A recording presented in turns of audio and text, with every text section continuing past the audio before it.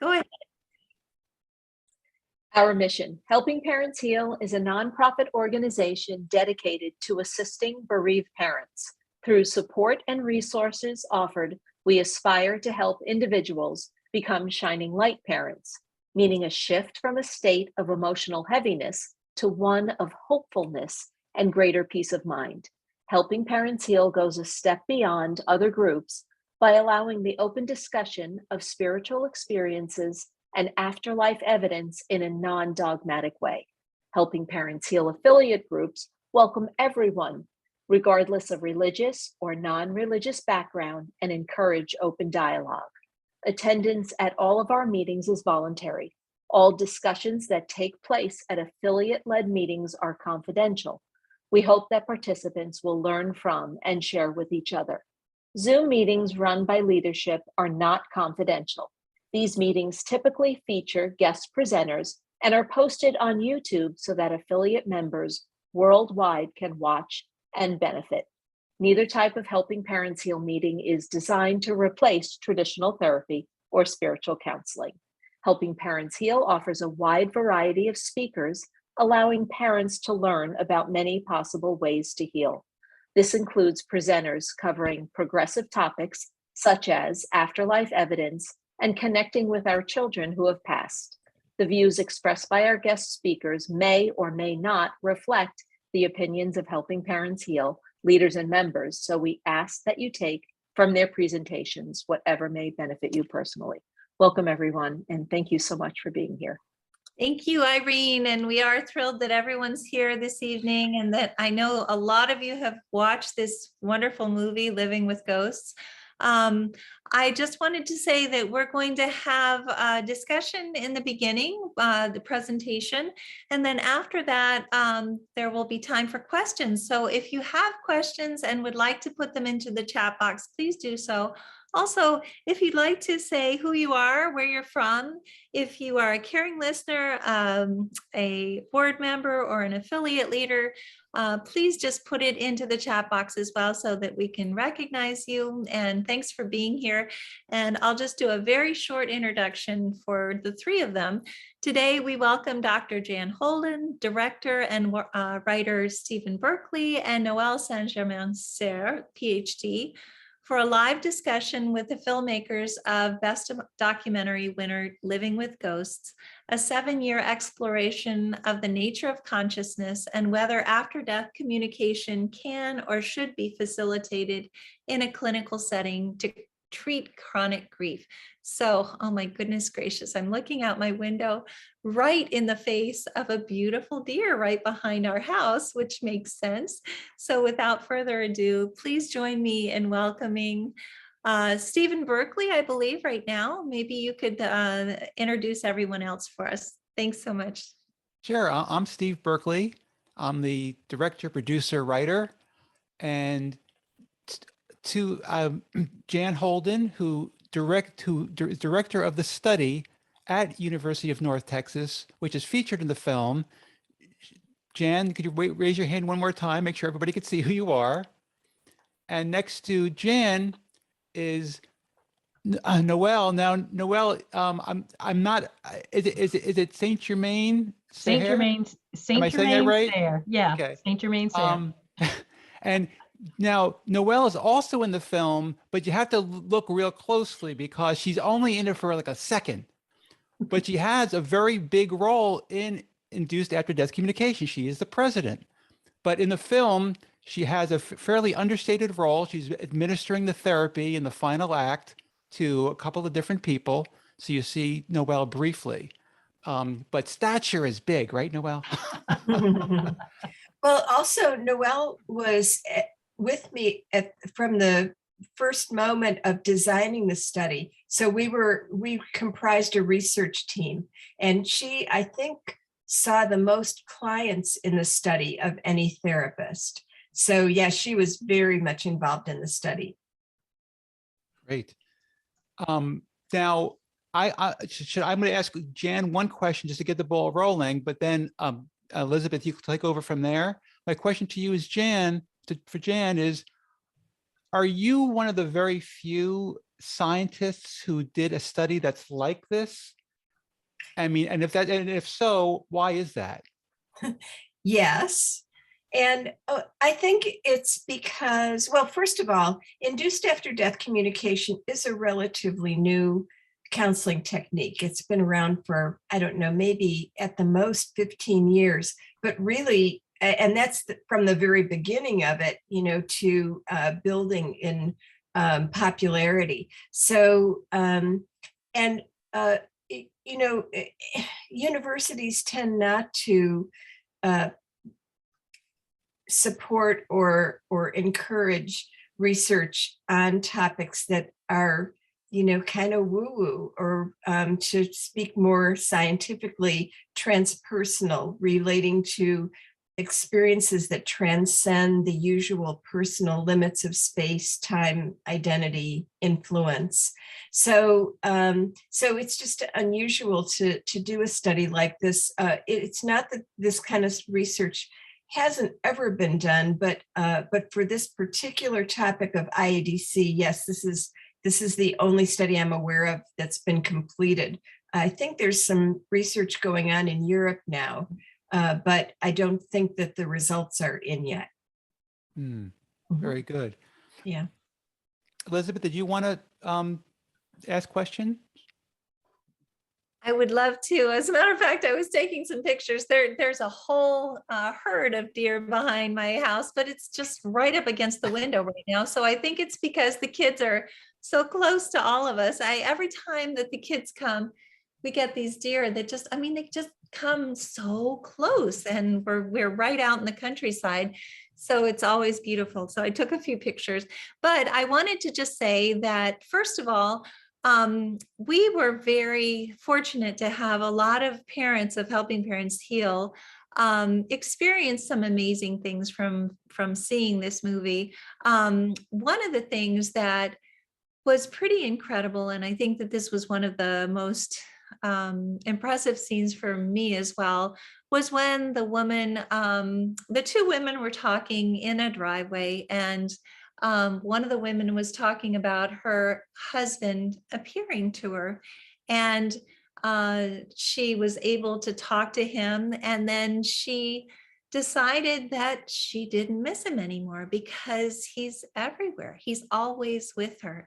And I think that that is something that is so important to all of us, to understand that our kids obviously aren't gone, but they're with us all the time. They're almost with us even more than before, because they can be with us whenever we need them. I don't know if, Noelle, you're shaking your head yes. Could you maybe elaborate on that a little bit, or just say something about that scene or about that idea? Well, I think in grief, one of the old-fashioned ideas, I say old-fashioned, but in the field of counseling and psychology, the thought used to be that to heal from grief, you had to adjust to living life without the deceased loved one. And we know now, and you'll see in counseling literature now, the idea of continuing bonds is so important, that we recognize that our bonds with our loved ones continue, and the importance of maintaining that relationship over time, and recognizing that that relationship is also going to evolve as we continue to evolve. And it brought to mind a client I worked with once who actually had an after-death communication with her son. And she told me she thought she was going crazy. And when we started talking about it and she explained it to me, and I said, well, the fact that you think you're going crazy is a good sign, because it usually means you're not. But as we talked a little bit more, she actually said, well, what happens if I don't want him to continue visiting? If I've gotten what I need, but he keeps coming. And so we talked about, well, it's a relationship. And how would you deal with a relationship if he were embodied now, and she conversed with her son about this, and she got what she needed in that relationship with him, and was able to navigate it just as if he were here. It was quite a fascinating experience. But that, to me, the reason I was nodding my head like that is because I really do think that the healing that takes place when we have a sense of connection that continues is beyond words. It's quite profound. I agree 100%. And I think that that's something that all of us, first of all, experience maybe through a medium or someone else who's able to communicate. But then that's one of the main goals of our group, is being able to communicate with our kids in spirit all by ourselves. And I think that a lot of us are getting there, and it's very exciting to see.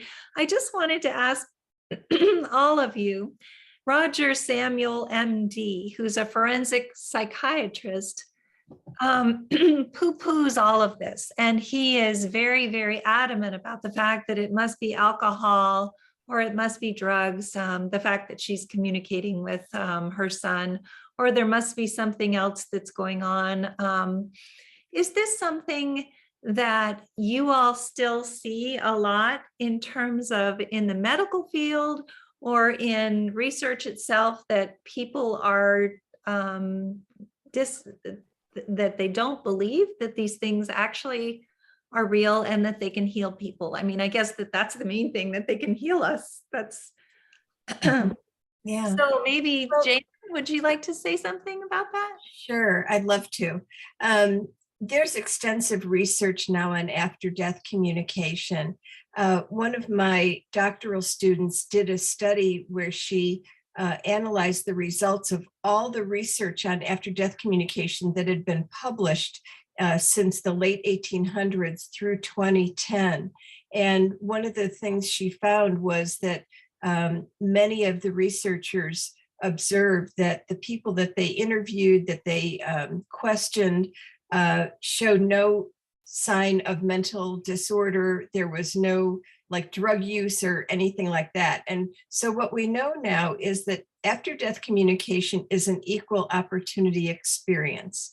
It occurs to people of every demographic you can think of: age, sex, culture, just anything you can think of, it occurs to everybody. Now, more women than men do report it. And older people tend to report it somewhat more than younger people. But we don't know in the case of women if it's because they actually experience it more or they're just more willing to acknowledge that they've experienced it.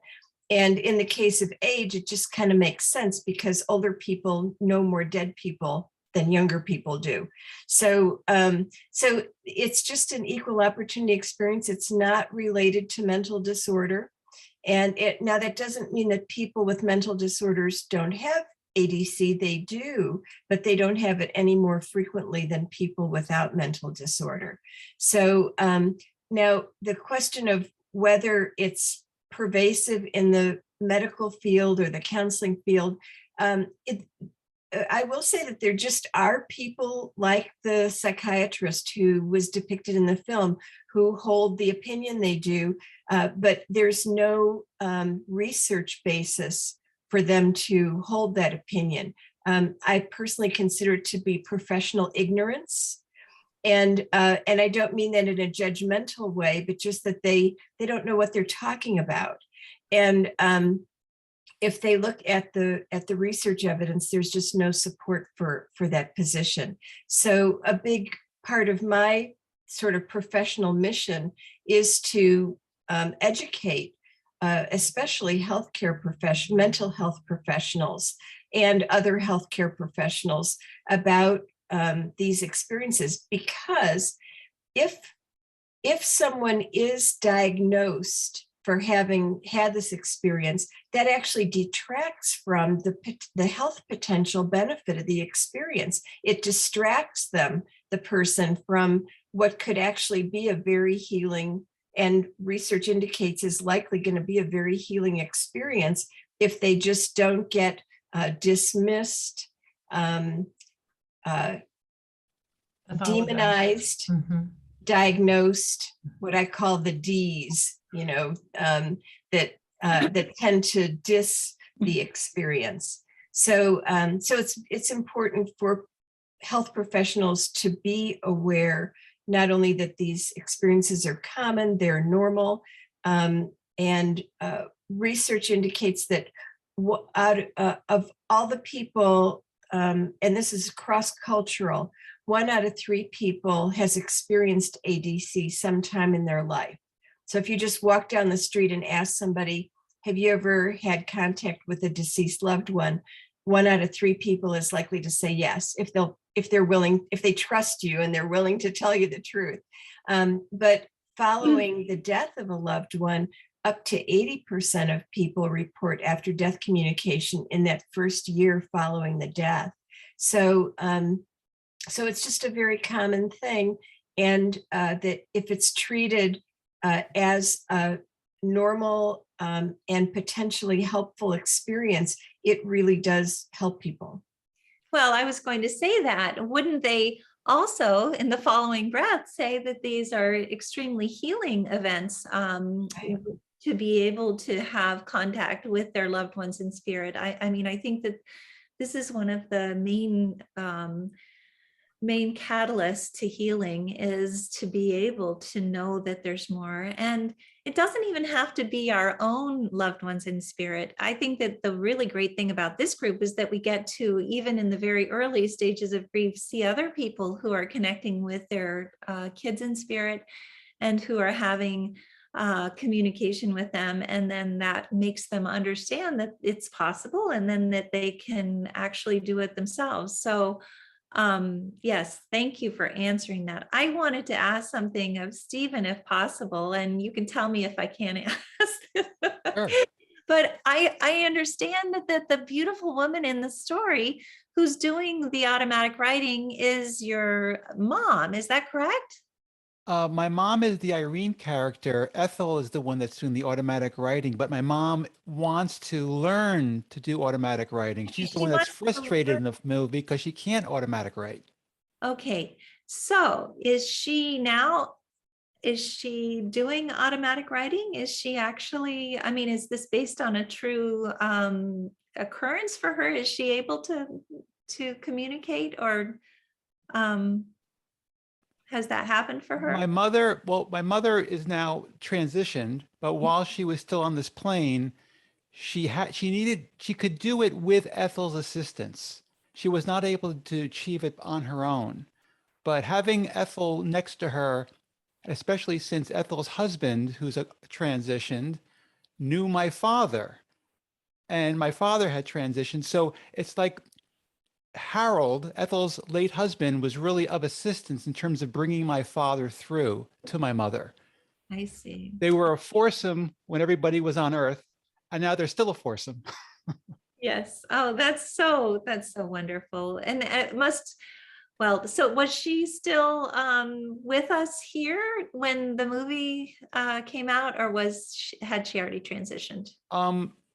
Both my mother and Ethel had transitioned before the movie came out.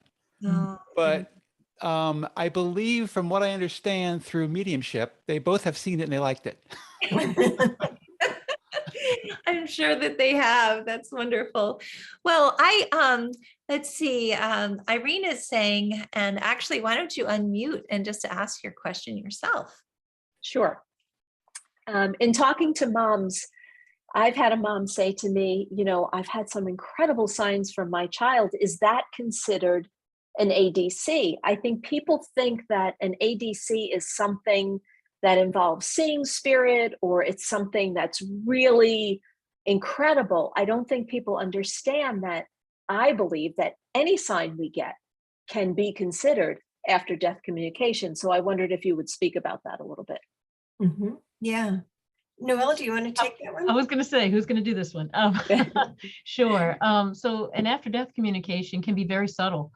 It can come in any form. It can be anything from a sense of presence to what we call symbolic ADC, where a person might see something that reminds them of the individual, like a certain type of bird, cardinals, some dragonflies, butterflies, plants flowering at unusual times of the year. sometimes hearing a song on the radio at a particular time, especially if it's out of place.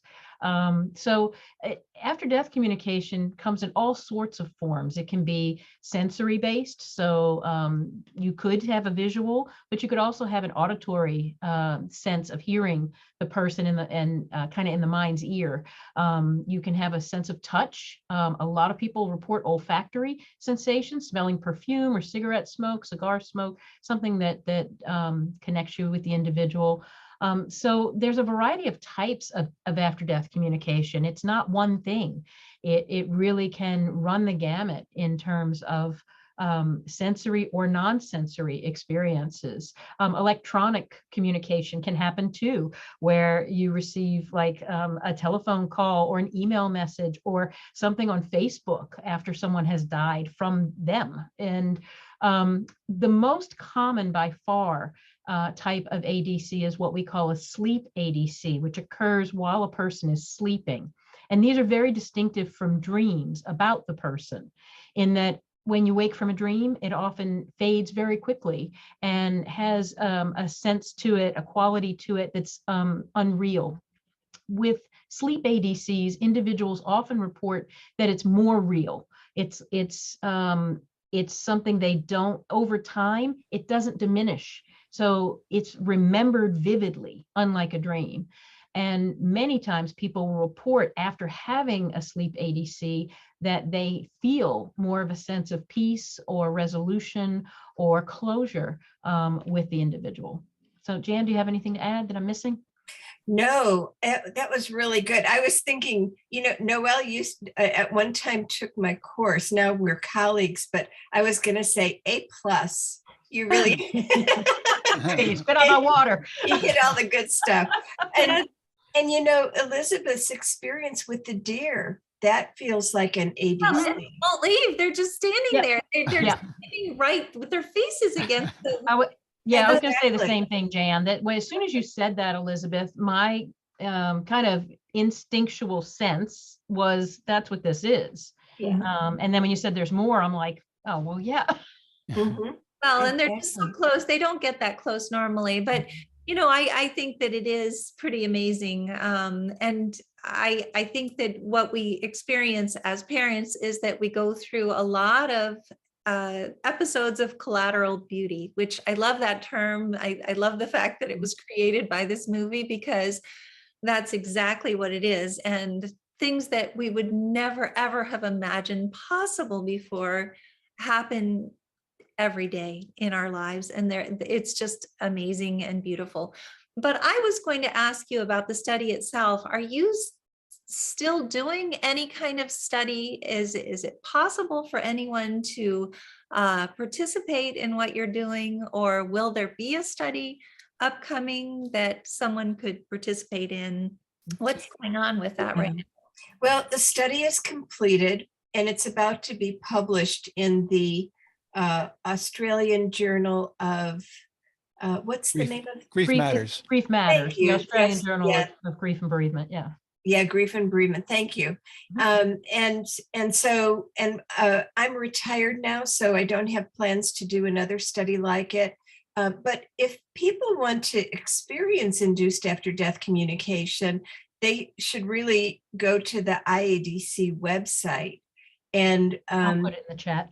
Good. And as Elizabeth said, Noelle is the executive director of that organization now. And they have a list of people who are trained in IADC. And so it's possible to find somebody to do that. And some of these practitioners will do the work even remotely. And you might wonder, you saw in the movie that the technique involves tapping the back of the counselor taps the backs of the client's hands. Well, you can actually do your own tapping for bilateral stimulation to facilitate the process. So it's possible to do it remotely. And they're just, some of the practitioners are limited in terms of, if you're licensed, for example, in Texas, where I am, you can only work with people in Texas. but some people have multiple state licenses, and I don't know whether it's true, Noelle, that there's at least one IADC practitioner in every state, but there are a lot of them around. Yeah. Well, I just want to say that we're very fortunate because during the pandemic, throughout the pandemic, Irene's sister, Judy, does Shiomi healing, which is bilateral stimulation. It's the same kind of EMDR, Right. I believe. And so she has been having group sessions with parents by Zoom, which have been very, very successful. And it was so interesting to me to see the sessions where people were tapping, and obviously no relation whatsoever between the patient and the practitioner, but it looked like it was successful in each of these different instances, that it was creating a huge connection with their loved ones on the other side, which was Well, wonderful. and that's how Dr. Alan Botkin is the one who discovered induced after-death communication. And it came out of his work at the Veterans Administration in Chicago with veterans who had post-traumatic stress disorder related to grief and loss. And so he was doing EMDR, which is eye movement desensitization and reprocessing, with these veterans, and stumbled upon the spontaneous after-death communication experiences, which then were very healing for their PTSD symptoms. As a result, he developed a specific protocol, which is different from EMDR, but is very effective in working with grief.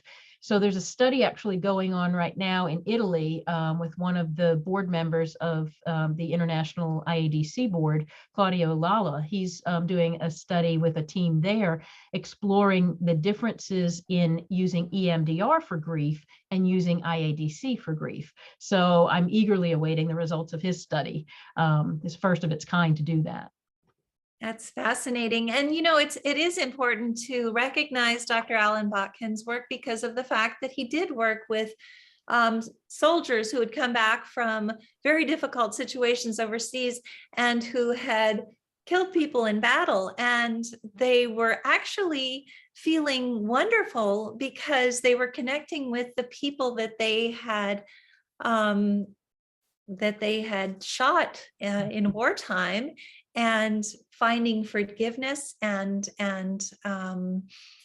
healing through that. So I think that is probably one of the most difficult situations that you would ever have to use this in. And so it is interesting to me that anyone would think that after-death communication would ever be anything but wonderful.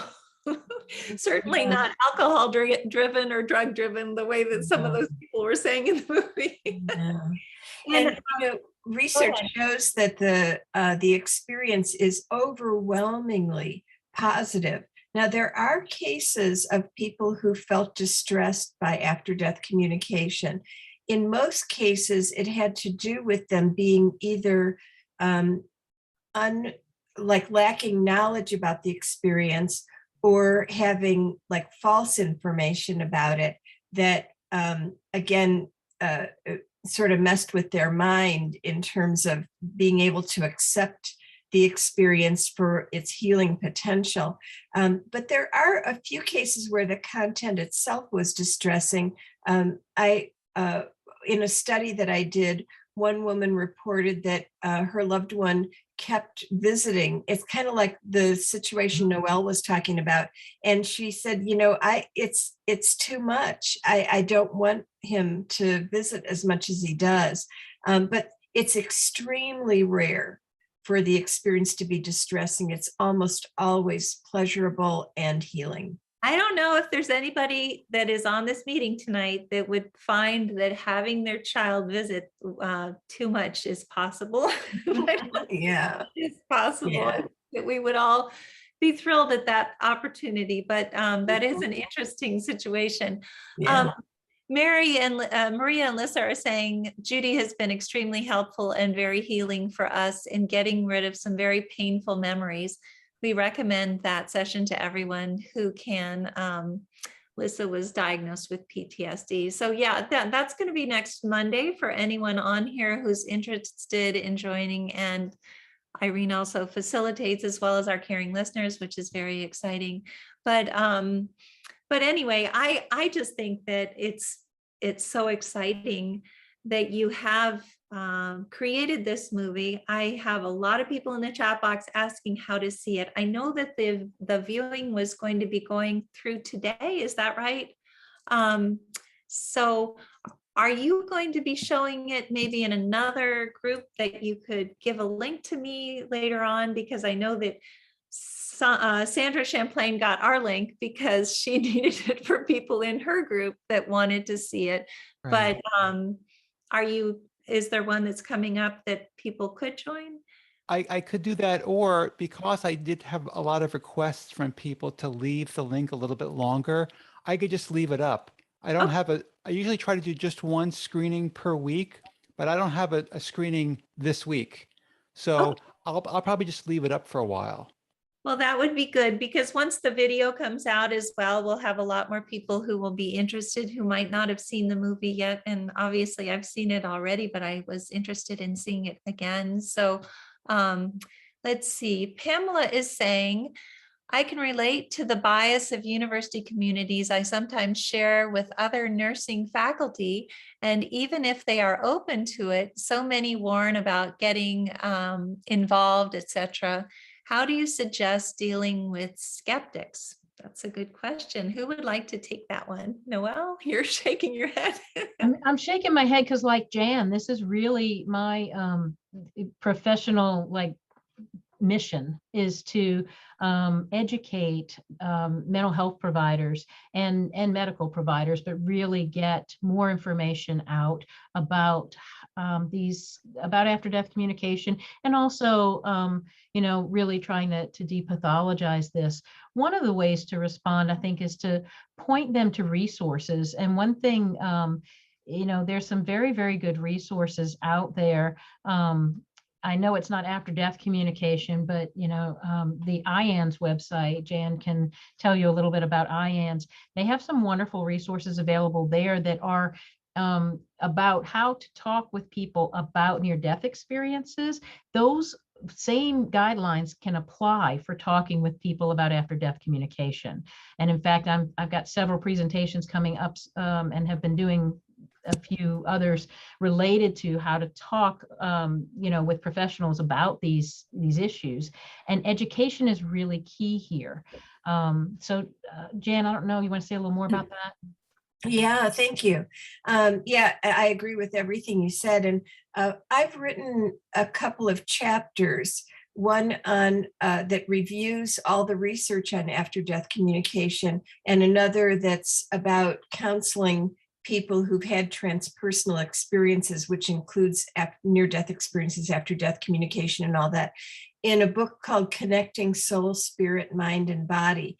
And I can send you the link, Elizabeth, because people can read this online for free. You can buy the book if you want to, but you can read it online for free. And so I think for people who are skeptical, who are health professionals, who aren't sure about how to support the whole openness to these kinds of experiences, referring them to chapters like this that are academic, but still very accessible and very based with peer-reviewed research and so forth, is probably the most helpful thing. Well, yes, definitely. And I just want to say that we are partners with IANS. We are like-minded, and yes, we have a lot of speakers from IANS come and speak to our group, such as Dr. Eben Alexander and Dr. Mary Neal and Dr. Jeff O'Driscoll and Dr. Jeffrey Olson. And I don't know if you know of that story, but that kind of is what I think this nurse was talking about. I think that a lot of times when you are working in a hospital setting, you are experiencing these after-death communication experiences, or near-death experience, or shared death experience as well.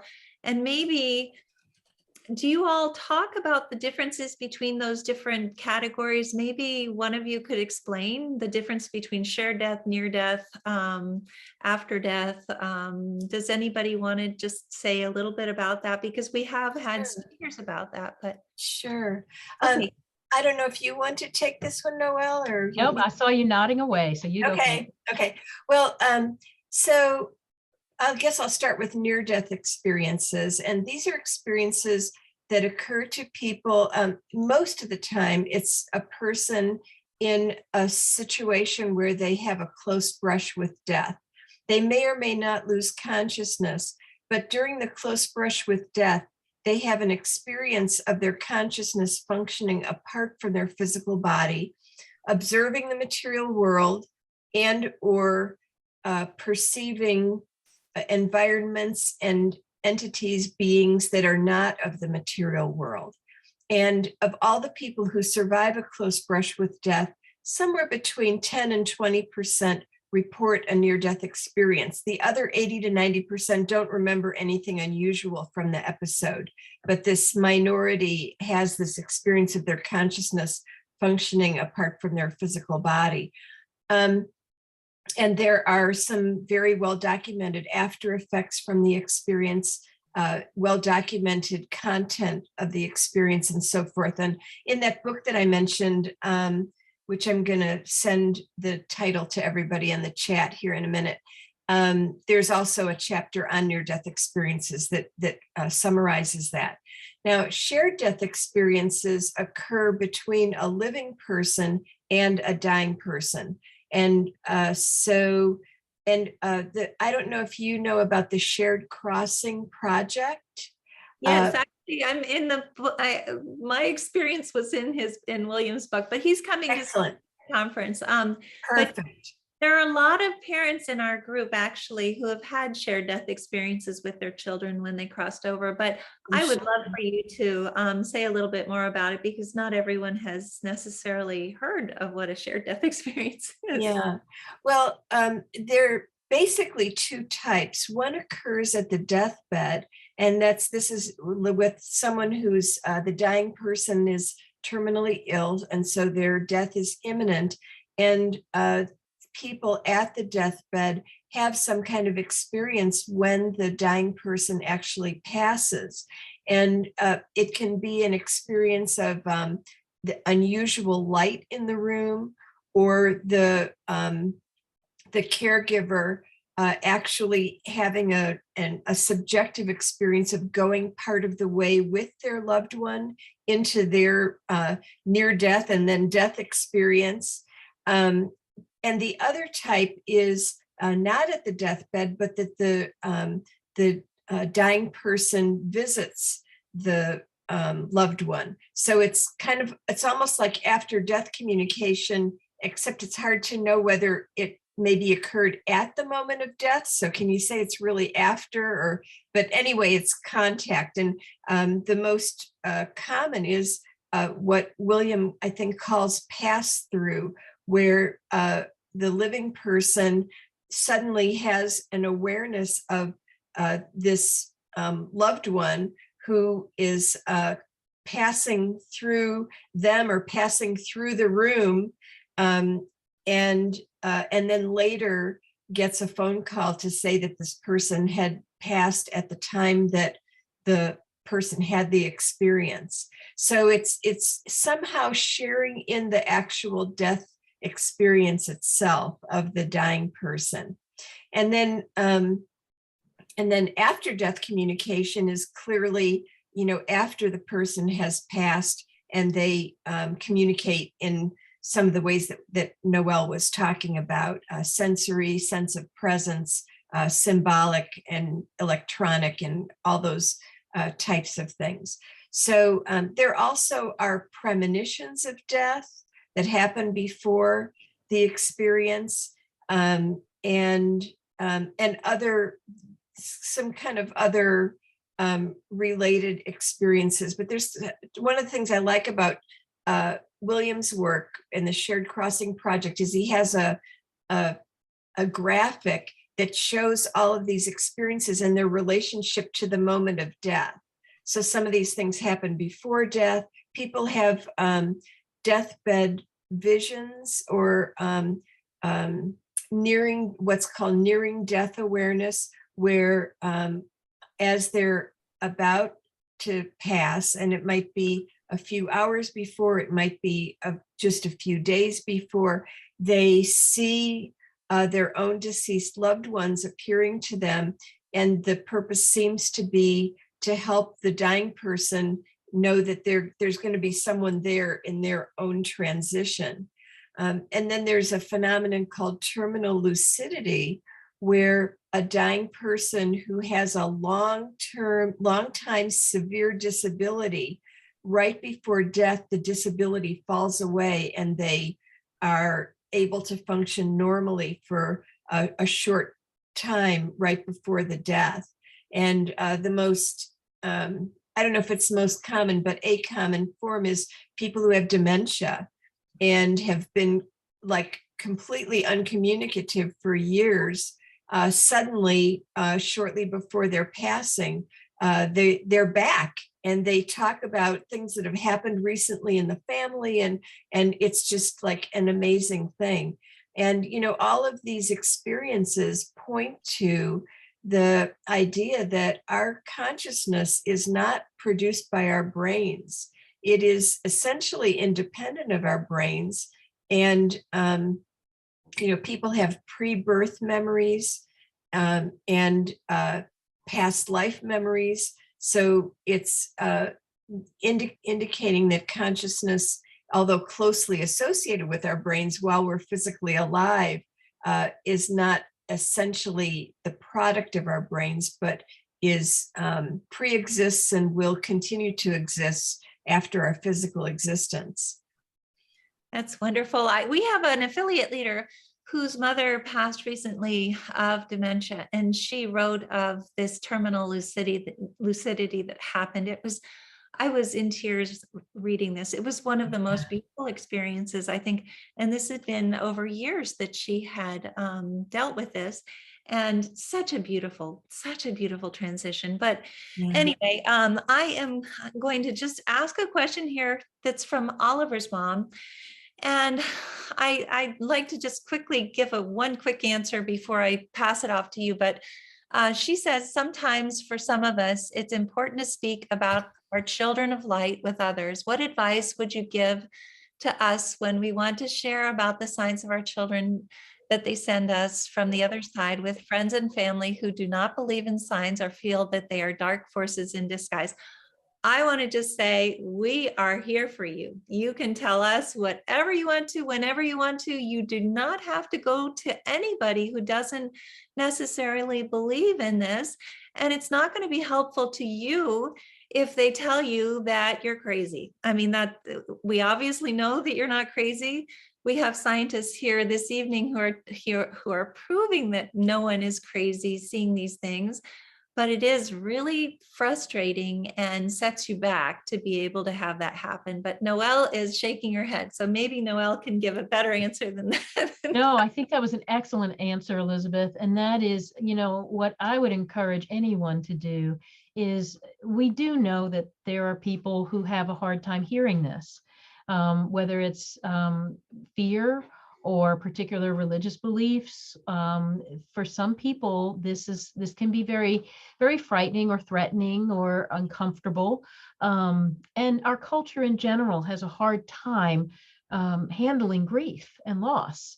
So whenever we want to talk about our loved ones, I really encourage people to try to find people who will be supportive, and people who can hear what you need to say in a way that holds that space for you, allows you to freely express whatever you need to express and whatever experience you're having, and can validate that is your experience. So sometimes this might mean that we have to decide who are safe people for us to disclose these experiences to. There are some people that you learn through experience, maybe can't hear this as well. So maybe you don't share with them a second time, or if you see that they're not being super supportive, maybe you don't go into a lot of detail. So that would be, what I would say is look for people who, and this is a wonderful, wonderful place to start, but look for people who will be supportive and can hear this and allow you to really just, I think, enjoy the connection that you're experiencing, because there's great joy in these experiences. And I know, for me, I've talked about some of the experiences I've had over and over and over again with people, because they are so joyful. So that would be my encouragement. Jan, I don't know if you have other thoughts. No, just exactly what you said. We know from research that people have what they considered harmful disclosure experiences of near-death experiences and also after-death communication. And again, what made them harmful was that the listener either denied or dismissed or just failed to recognize what the person was, the experiencer was talking about, or diagnosed them as mentally ill or demonized them out of some religious belief. And that one of the things we know about near-death experiencers is a lot of times right after the experience, many of them, not everybody, but a lot of them really want to talk about it, and they'll talk about it to anybody. And they learn over the course of pretty quickly to become discerning, because it's such a precious experience. And this is true for ADC as well. It's so precious and it has such healing potential. It needs to be treated with love and care. And so learn to be discerning about who is safe to talk with, and also be open to the possibility that somebody who isn't safe today, maybe a few years down the road, they're gonna wise up and and become, safer to talk with. But in the meantime, maybe not get into it with them. That's a very good suggestion. And I think that another possibility is to send it to me for the newsletter so that we can put it in the newsletter, which we always do. And it's always so healing for other parents to hear about these experiences. And I just want to say that my mother-in-law went through the windshield of her car after a dinner party in Kinshasa in the Congo in 1975. And Raymond Moody had just come out with Life After Life. And it was translated into French at that time. And I actually spoke to him about this because it was kind of serendipitous. He saved her life because nobody believed about the tunnel that she went through and the fact that she went to the other side and she saw all of these beings of light. And so it was very, very important for her to have that validation that she wasn't crazy. But anyway, there are so many other questions. I know that we talked about this last time, Stephen, but maybe you could just say again, we have somebody saying that they have a hard time with the title using the word ghost. Maybe you could just talk about that a little bit more, just so that people understand. Sure. Well, I hear you and I understand why people bristle a little bit at the title.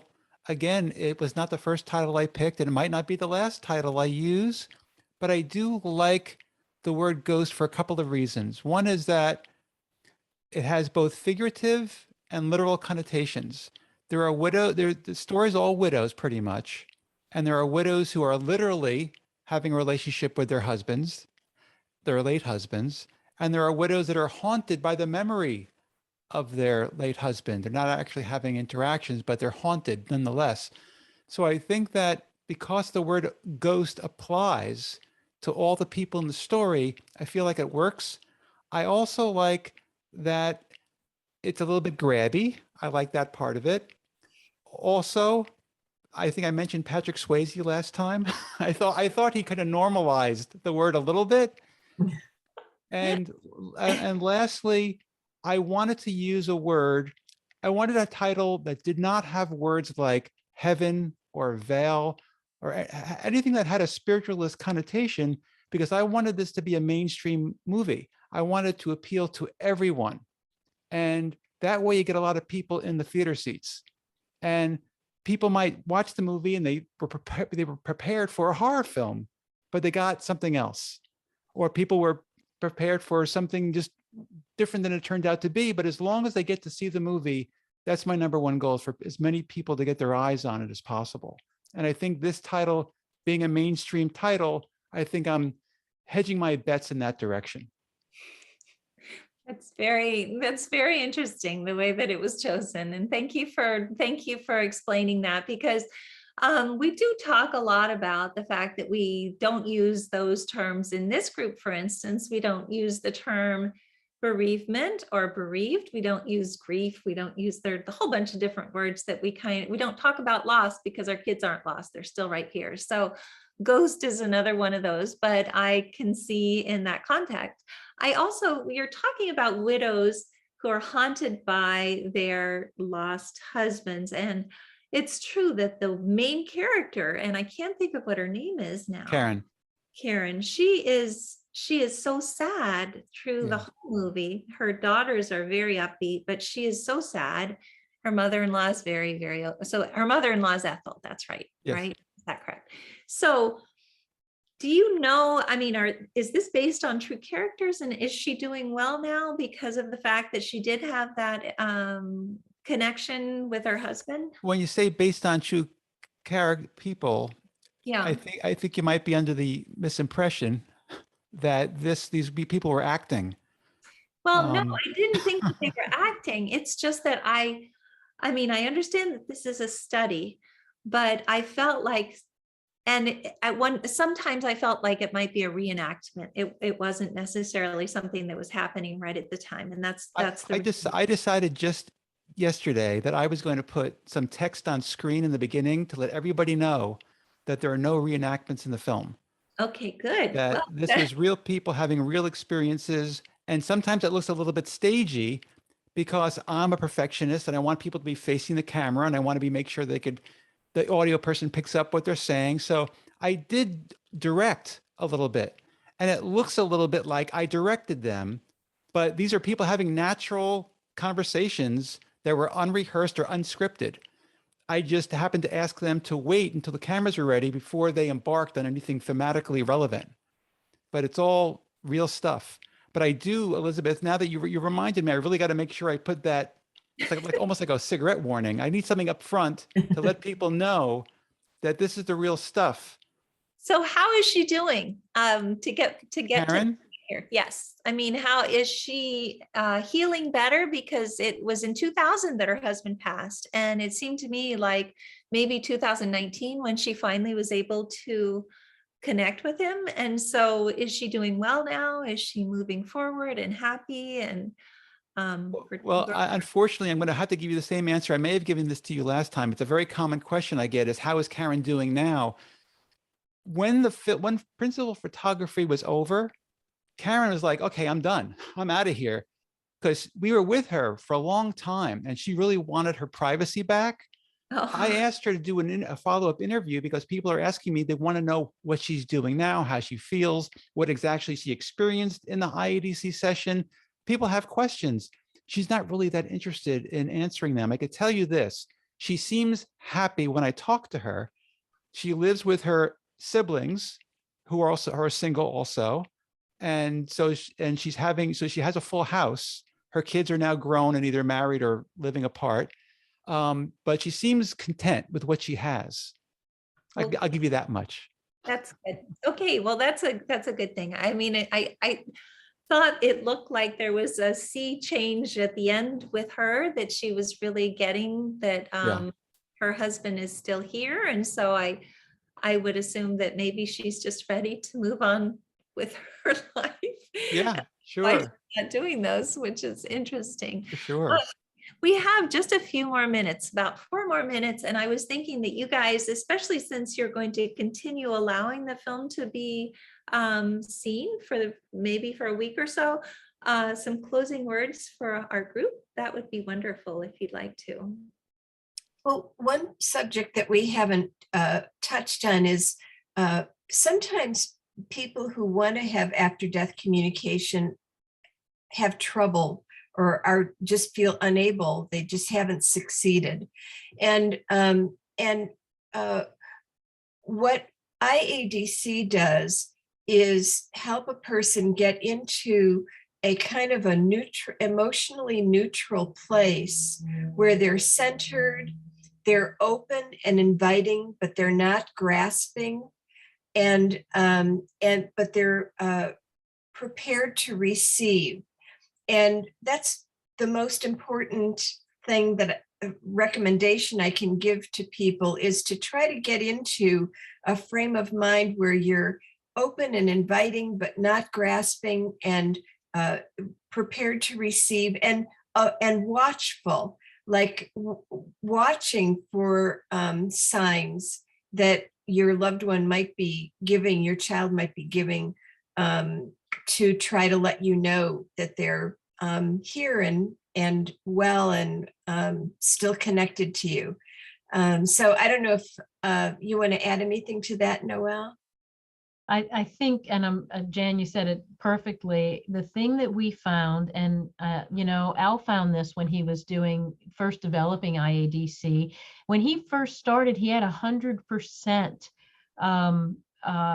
effectiveness of this protocol. You never have 100% effectiveness with anything. And so once he began kind of talking about what this was with people, then it started dropping to about 70%. Some of that had to do with expectation complications.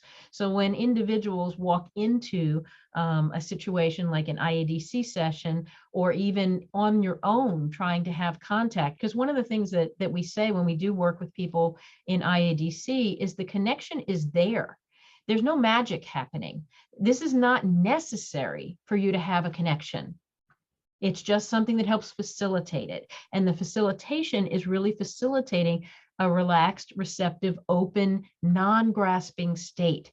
What gets in the way, and we saw this in the study for sure, people who were trying too hard. I really want to connect with them. I really want to see my husband, or I really want to, and they try to connect so hard that desire and the grasping actually impedes the process.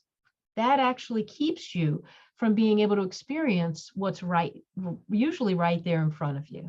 It's very interesting, because when we have gallery readings with mediums and we have other meditation sessions and things like that, one of the things that we always tell parents is that the more the more deep breathing that you can do, the more detached you are able to become, the easier it is for our kids to be able to connect with us. So Yes. That makes complete sense what you're saying. It's the same thing. So that's really beautiful. And I just appreciate you guys being here so much. So you are keeping the link open. People are asking about the link being open for another week. Is that right? So and yes, I should say that the time pressure that people are under, it's just the window is all about the donation process. Once you donate, then you have the access to the film for at least a week. If you donate a little bit more, there's 4 tiers. If you donate a little bit more, you can get the film for 2 weeks. A little bit more than that, a month. So if you donate before the window closes, and I will keep the window open a few more days, if you donate before the window closes, then you have at least a week from the time that you donate to watch the film. So also, I just want to let everyone know the film itself is, the lowest tier is $15, which is very reasonable for a film like this. The reason that they have to ask for donations is because it is about the afterlife. It's not something that they can get corporate sponsorship for very easily, because corporate sponsorship doesn't involve after-death communication ever, unfortunately, which it should. So anyway, it is a wonderful cause, because they are looking towards all of these people who are in deep grief throughout the world. I mean, there are 235 million people who are experiencing long-term grief right now. It's really, really important for us to be able to find ways to allow all of these people to move forward and heal. So thank you all for being on here. We truly appreciate it. And we always ask everyone to unmute and say thank you and goodbye themselves as well. Yes. So Thank Thanks so you. much for being here. It's a Thank great you. night. Thank you. Wonderful. Thank Bye, everybody. Thank Thank you. you. Thank Thank you. you. Thank you. Thank Thank you. you. Good Good night. night. bye, Thank you. everyone. Sure. Good night. Thank you.